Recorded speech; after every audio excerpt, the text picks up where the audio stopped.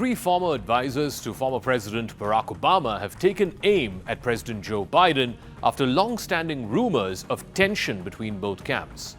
This is the first time that former Obama advisors are publicly targeting Biden after his dismal debate performance. Jon Favreau, Lovett, and Vietor, who were often referred to as the Obama Bros during their tenure at the White House when Obama was president, they recently released the latest episode of their Pod Save America podcast. And in that episode, a large part of it is dedicated to ganging up against Biden. Biden lost his train of thought on multiple occasions, first in the CNN-hosted first presidential debate against Donald Trump, and then subsequently in an interview that he gave to ABC News, which was actually meant to limit the damage from the debate performance. In fact, it ended up exacerbating it. Biden's sit-down interview with ABC's George Stephanopoulos came as part of an effort by the president and his team to quell critics who are calling for him to exit the race. Biden didn't articulate a compelling second-term agenda that would sway swing voters back to supporting him over former President Trump.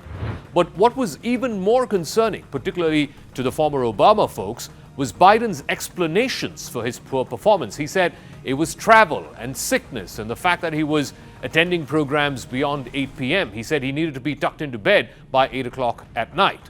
That, to them, did not quite fully answer just how bad the debate performance was.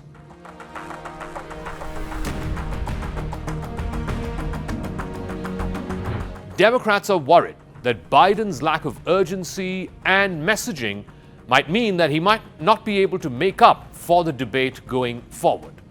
There are just 4 more months left for Election Day, and Democrats have been citing recent polling which shows Biden trailing Trump in every single key swing state, and there are at least 7 of them.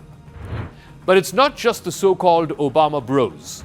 Former Obama advisor David Axelrod, during an appearance in CNN this past week, said that Biden, according to him, was certain to lose in the race against Trump. Axelrod was Obama's first campaign manager, and he's credited in large part for making the relatively little-known junior senator from Illinois into a presidential election winner.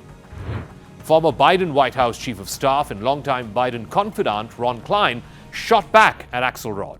He said that Axelrod was notorious in running down Biden at every given opportunity. White House aides have also brushed aside Axelrod's comments.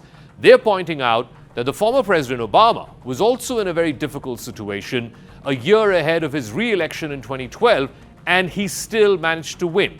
So they say Axelrod and others from the Obama White House should extend the same courtesy, the same benefit of doubt to Biden.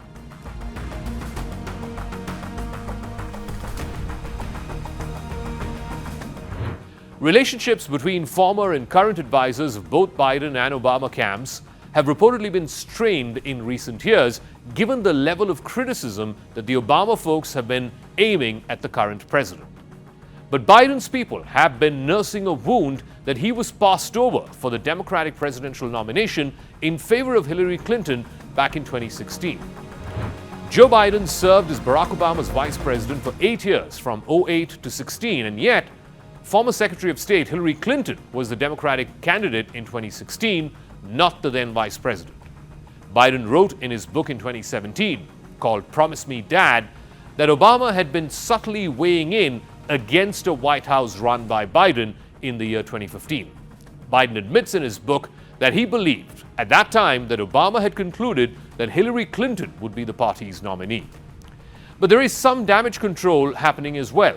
Sources from both sides are now saying that both Biden and Obama and their respective teams are in touch almost on a daily basis, and that Obama's team has largely come out to defend and support the current president.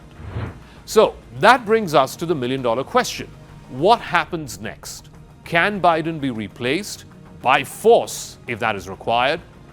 At this point, the Democratic National Committee's rules leave little wiggle room for any one Biden to be the party's nominee. But that changes if Biden voluntarily steps aside. The only time in history that has happened with the Democrats was in 1968, when then-President Lyndon Johnson decided not to run. His then Vice President Hubert Humphrey clinched the nomination that year, although he lost the election to Richard Nixon of the Republican Party. A lot of backroom discussions are unfolding in the Democratic National Committee. Biden's team is keen that in the event that the incumbent president is not repeated, then at least he has the final say in who becomes the eventual nominee.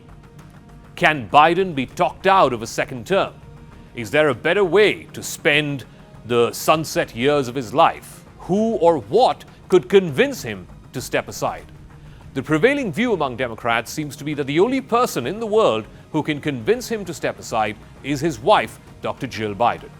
Together with their son, Hunter Biden, both mother and son have formed a protective ring around this ailing and aging president. There are perhaps few voices beyond his family that Biden would listen to. Perhaps the only people he will listen to are his two Democratic predecessors at the White House. That's Barack Obama and Bill Clinton.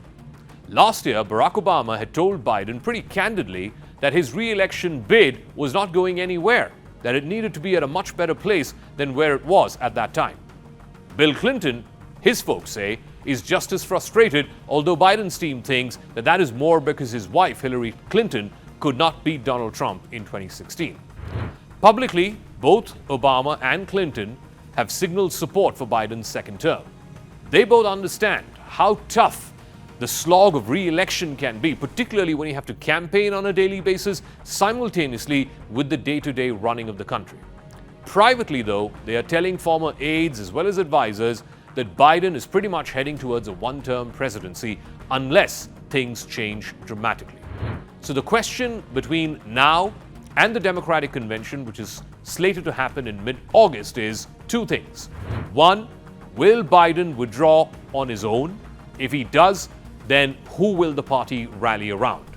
And two, if he does not withdraw, then can the party do a hostile takeover of the nominee?